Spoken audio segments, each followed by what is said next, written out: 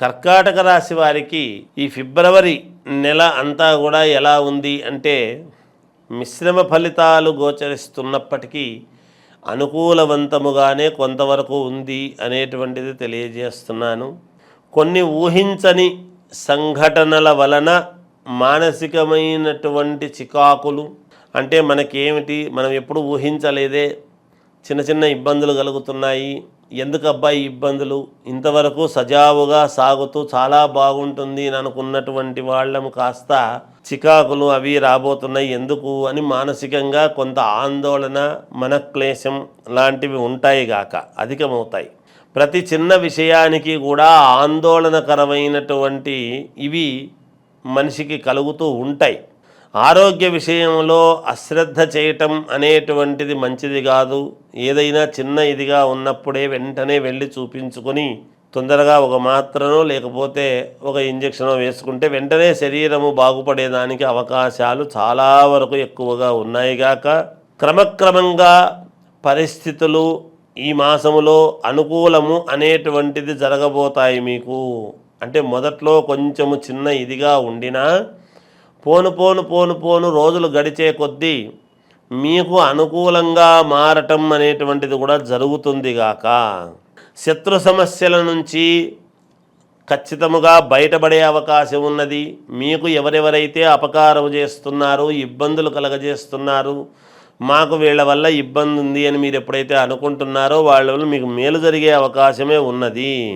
గృహమునకు దూరపు బంధువులు రావటం, ఇంటికి దూర బంధువులు రావటం అనేటువంటిది చాలా ఆనందము కలిగించేటువంటి పరిస్థితి. ఇంట్లో శుభకార్యాలు చేసేటువంటి దానికి ఉపక్రమించి దానికి కావాల్సినటువంటి నిర్ణయాలు చేస్తారు. తద్వారా బంధువులందరినీ కూడా పిలవటం అనేది జరుగుతుంది, ఆనందము కలుగుతుంది గాక అలాగే కొత్తగా ఇల్లు కొనుక్కోవటము కానీ లేదా గృహ నిర్మాణ కార్యక్రమాలు చేపట్టడము లాంటివి కానీ లేదా స్థలాలు కొనుక్కోవడం లాంటివి కానీ జరుగుతాయి గాక బాగా అనుకూలవంతముగా ఉన్నది. మేమెక్కడ కొంటామబ్బా, మాకు డబ్బులు లేవు, ఇల్లు ఎక్కడ వస్తుంది, మాకు రాదులే అని నిత్రాణగా జిగుప్సగా ఉండేటువంటి వాళ్ళు ప్రయత్నాలు చేయండి. డబ్బుతో పని లేదు. రావటం అనేటువంటిది మనకు దశ ఉంది అంటే ఆ మార్గం అనేటువంటిది అదే దొరుకుతుంది గాక ఆర్థికంగా కొంత మెరుగైనటువంటి పరిస్థితులే ఉంటాయి, ఇబ్బందులు ఉండవు.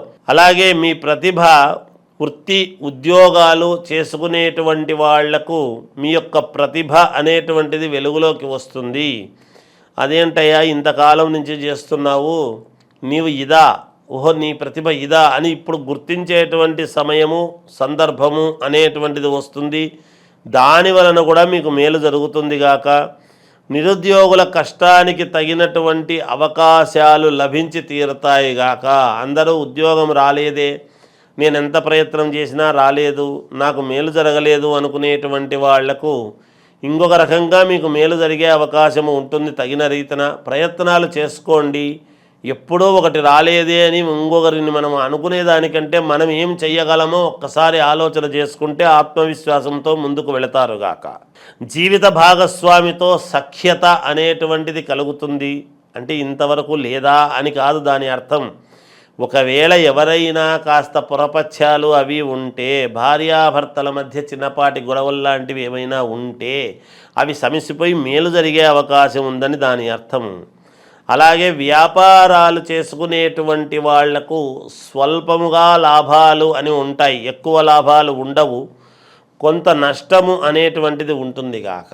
అలాగే నూతన వాహనాలు కొనుగోలు చేయాలి అనేటువంటి దాంతో బాగా ఆలోచన చేసి వాహనాలు కొనుక్కోవటం అనేది జరుగుతుంది.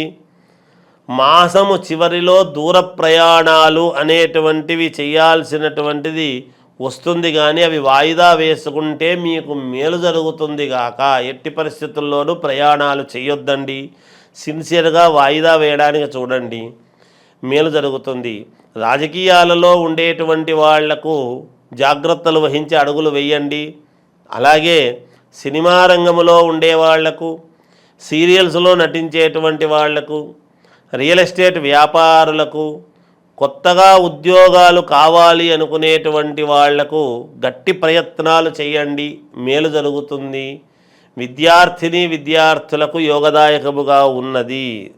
ఏది ఏమైనా మీ వ్యక్తిగతమైన జాతకమైతే అవసరము. ఏ లగ్నములో పుట్టారో చూసుకొని గ్రహస్థితులు ఎలా ఉన్నాయో చూసుకోండి, మేలు జరుగుతుంది.